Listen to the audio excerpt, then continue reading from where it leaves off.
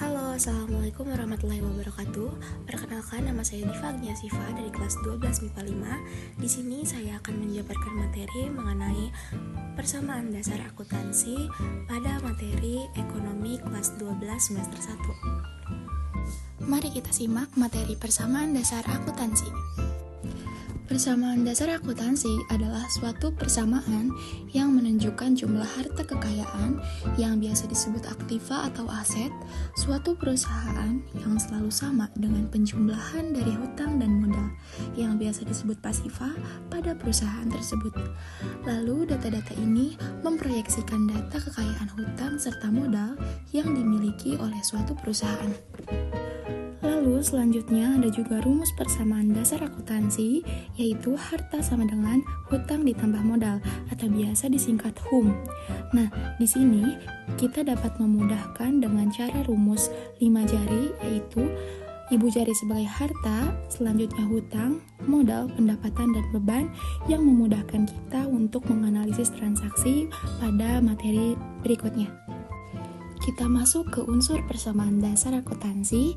Yang pertama yaitu ada aset atau yang biasa disebut aktiva, hutang yang biasa disebut kewajiban, dan ekuitas yang biasa disebut modal.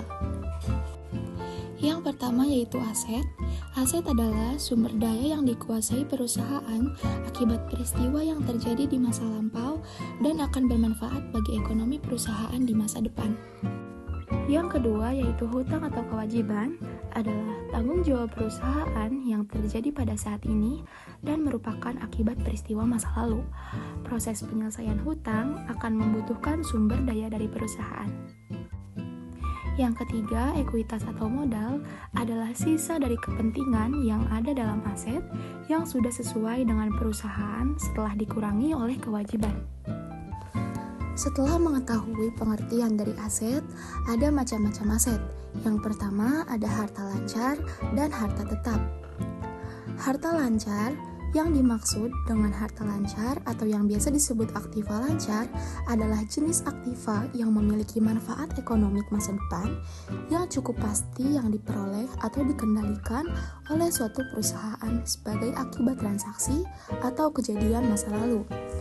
Contoh harta lancar di sini ada kas, surat berharga, piutang dagang, piutang wesel, piutang pendapatan, beban dibayar di muka, perlengkapan, dan persediaan barang dagang.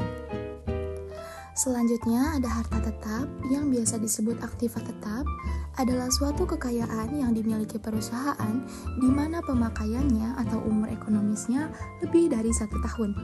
Setiap tahunnya, aktiva mengalami penyusutan dan harus dihitung dalam setiap pembukuan. Lalu, contoh dari harta tetap ini adalah tanah, gedung, mesin, peralatan toko dan kantor, alat angkut, dan lain sebagainya. Unsur yang kedua yaitu ada kewajiban yang telah kita ketahui bersama-sama pengertiannya tadi. Sekarang ada macam-macam kewajiban. Yang pertama ada kewajiban jangka pendek dan kewajiban jangka panjang. Apa sih kewajiban jangka pendek itu? Nah, kewajiban jangka pendek adalah pembayaran tagihan, hutang, pajak, pendapatan diterima di muka, pinjaman jangka pendek, atau jenis kewajiban keuangan jangka pendek lainnya yang harus dibayar kembali dalam 12 bulan ke depan. Contohnya yaitu hutang dagang, pokok dan bunga pinjaman bank, gaji dan upah, hutang wesel, hutang pajak penghasilan, hutang hipotek, dan pajak gaji. Yang kedua ada jangka panjang. Kewajiban jangka panjang ini kadang-kadang disebut juga kewajiban tidak lancar, yaitu kewajiban hutang, pinjaman, dan kewajiban lainnya yang jatuh tempo lebih dari 12 bulan dari sekarang. Contohnya, pembayaran pokok dan bunga jatuh tempo lebih dari 1 tahun dari sekarang. Obligasi, surat hutang dan pinjaman jangka panjang, kewajiban pajak tangguhan, pembayaran sewa yang belum jatuh tempo lebih dari 1 tahun, kewajiban pensiun, hipotek, peralatan dan pembayaran modal lainnya yang belum jatuh tempo lebih dari 1 tahun. Yang ketiga ada ekuitas atau modal. Ekuitas ini adalah hak atau kepentingan pemilik perusahaan pada harta perusahaan mewakili jumlah uang yang akan dikembalikan kepada pemegang saham perusahaan jika semua aset dilikuidasi dan semua hutang perusahaan dilunasi. Nah, modal ini ada banyak jenis-jenisnya. Yang pertama ada ekuitas pemegang saham, dan yang kedua ada ekuitas pemilik.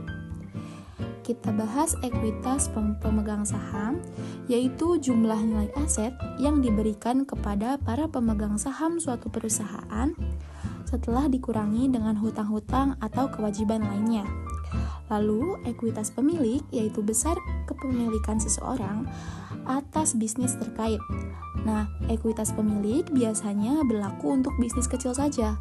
Perusahaan ekuitas pemilik serupa dengan ekuitas pemegang saham, yakni besarnya aset dikurangi dengan kewajiban bisnis tersebut. Nah, cukup sekian dulu nih pemaparan dari materi persamaan dasar akuntansi, dan jangan lupa ditunggu video untuk materi-materi akuntansi lainnya.